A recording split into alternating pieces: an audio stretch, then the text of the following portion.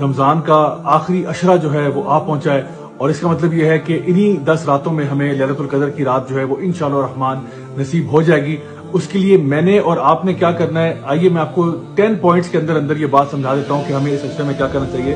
سب سے پہلی بات یہ ہے کہ آپ اور آپ کے گھر والے اپنے آپ کو مینٹلی، فزیکلی، اسپرچولی تیار کر لیں کہ بس ان 10 راتوں میں ہم نے خوب محنت کرنی ہے۔ جیسا کہ نبی کریم صلی اللہ علیہ وسلم اپنی جو ویسٹ بیلٹ ہے اس کو ٹائٹ کر لیتے تھے اس آخری عشرے کے اندر، اور خود بھی جاگتے تھے، اپنے گھر والوں کو بھی جگاتے تھے، اور راتوں کو دن جیسا بنا دیتے تھے، یعنی پوری رات جو ہے وہ اللہ تعالیٰ کی عبادت ہوتی، اللہ کو یاد کیا جاتا، دعائیں کی جاتی۔ تو ہم نے بھی انشاءاللہ بالکل اسی طرح سے کرنا ہے کہ اپنی راتوں کو بالکل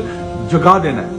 اس کے علاوہ یہ کہ یہ جو آخری 10 راتیں ہیں ان کی 10 پہ ہمیں عبادت کرنی چاہیے۔ ویسے تو لیلۃ القدر کی رات جو ہے وہ طاق راتوں میں سے ایک رات ہوتی ہے، یعنی کہ 21 کو آئے گی یا 23 کو یا 25 کو یا 27 کو یا 29 کو، لیکن میں 10 کی 10 اس لیے کہہ رہا ہوں کیونکہ اکثر اوقات ہمارا وہ ڈیٹ کے معاملے میں بھی اختلاف ہو جاتا ہے۔ کوئی کہتا ہے جی اس ملک کے مطابق ہم چل رہے ہیں، اس ملک کے مطابق چل رہے ہیں، تو وہ ساری بحث ہی ختم ہو جاتی ہے۔ ویسے بھی آپ کو معلوم ہوگا کہ جو لوگ اعتکاف بیٹھتے ہیں الحمدللہ وہ اگر 10 راتوں کے لیے وہاں بیٹھے ہیں تو انشاءاللہ ان کو تو لیلۃ القدر کی رات مل ہی جاتی ہے۔ اب یہ لیلۃ القدر کی رات اتنی اہم کیوں ہے؟ اللہ سبحانہ تعالیٰ فرماتے ہیں لیلۃ القدر خیر من الف شہر، یہ ایسی رات ہے جو 1000 مہینے سے بہتر ہے، یعنی 1000 مہینے کے برابر نہیں ہے، 1000 مہینے سے بہتر ہے، یعنی تقریباً 83 ایئرز کی ورشپ سے زیادہ بہتر ہے۔ تو اس رات میں جو بھی آپ عبادت کا کام کریں گے، چاہے وہ ذکر ہو، تلاوت ہو، صدقہ خیرات ہو، کچھ بھی ہو، آپ کے لیے وہ ایسے لکھا جائے گا جیسے آپ نے ایک پوری زندگی 83 ایئر سے زائد کا عرصہ اسی عبادت کو کرنے میں گزار دیا۔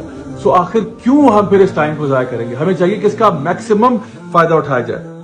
اچھا، اب یہ بات کہ کچھ ایسے کام جو کہ ہم کر سکتے ہیں کہ ہمیں پوری رات کی عبادت کا اجر مل جائے، اس کے لیے ایک حدیث نبی کریم صلی اللہ علیہ وسلم کی جہاں پہ آپ نے فرمایا کہ جو شخص بھی عشاء کی نماز جماعت کے ساتھ پڑھتا ہے اس کے لیے آدھی رات کی عبادت لکھی جاتی ہے۔ پھر ایک اور حدیث میں فرمایا کہ جب وہ فجر کی نماز جماعت کے ساتھ پڑھتا ہے تو اس کے لیے باقی کی رات جو ہے وہ بھی عبادت میں لکھی جاتی ہے۔ تو صرف اگر آپ عشاء اور فجر جماعت کے ساتھ پڑھ لیں الحمدللہ آپ کو پوری رات کی عبادت کا اجر مل جائے گا۔ ایک اور حدیث میں آپ صلی اللہ علیہ وسلم نے بات ارشاد فرمائی کہ جو شخص بھی امام کے ساتھ قیام اللیل کرتا ہے، یعنی کہ تراویح کی نماز پڑھتا ہے، امام کے ساتھ شروع کرتا ہے، امام کے ساتھ ختم کرتا ہے، اس کے لیے بھی پوری کی پوری رات عبادت میں لکھی جاتی ہے۔ اور ایک اور حدیث جہاں پہ آپ نے فرمایا کہ جو شخص رات کے قیام اللیل کے اندر 100 آیات یا اس سے زائد کی تلاوت کرتا ہے تو اس کے لیے بھی پوری رات عبادت کی لکھی جاتی ہے۔ تو آپ اگر یہ 3 کام صرف کر لیں، چاہے مرد حضرات تو اوبیسلی وہ مساجد میں کریں، خواتین وہ اگر گھر میں کرنا چاہیں، تو اس کا فائدہ یہ ہوگا کہ آپ کو صرف یہ 3 کام کر کے آپ کو 3 دفعہ پوری وہ رات آپ کی عبادت میں لکھی جائے گی۔ اللہ اکبر، کتنے بڑے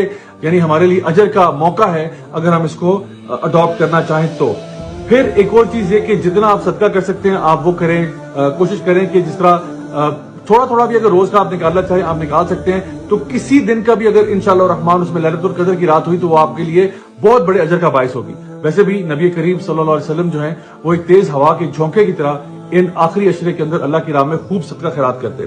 اس کے علاوہ قرآن مجید کو پڑھنا، یا پھر اس کے ساتھ ساتھ آپ کوئی لیکچرز بھی اٹینڈ کر سکتے ہیں جہاں پہ قرآن و حدیث کی تعلیم دی جا رہی ہو، تو ان کو پڑھنا، سیکھنا، سمجھنا۔ اس کے علاوہ ایک اور چیز جو آپ کر سکتے ہیں وہ یہ کہ بکس کا پڑھنا، چاہے وہ تفسیر کی بکس ہوں یا حدیث کی بکس ہوں یا کوئی بھی ایسی بک جو کہ آپ کو آپ کے ایمان میں اضافہ کرتی ہیں، اور پھر اسی نالج کو دوسروں تک پہنچانا، کسی نہ کسی فارم آف دعویٰ کے اندر انگیج کرنا، لوگوں تک اس خیر کی بات کو پہنچانا، یہ بھی ایک بہت ہی زبردست نیک کام ہے جو آپ کر سکتے ہیں۔ And last but not least, Allah تعالیٰ سے دعا کرنا، خاص طور پر وہ دعا جو کہ نبی کریم صلی اللہ علیہ وسلم نے سیدہ عائشہ کو سکھائی، اللہم انک عفو تحب العفو فاعف عنی، کہ اے اللہ تو معاف کرنے والا ہے، تجھے معاف کرنا پسند ہے، یا اللہ مجھے معاف کر دے۔ اور یہ ایسی معافی ہے my dear brothers and sisters کہ جو ہمارے گناہوں کو دھو کے رکھتے، یعنی ایسے گناہ کہ آپ سمجھیں کہ آپ قیامت کے دن اللہ سبحانہ تعالیٰ کے سامنے کھڑے ہوتے ہیں اور آپ کو یہ کہا جاتا ہے کہ آپ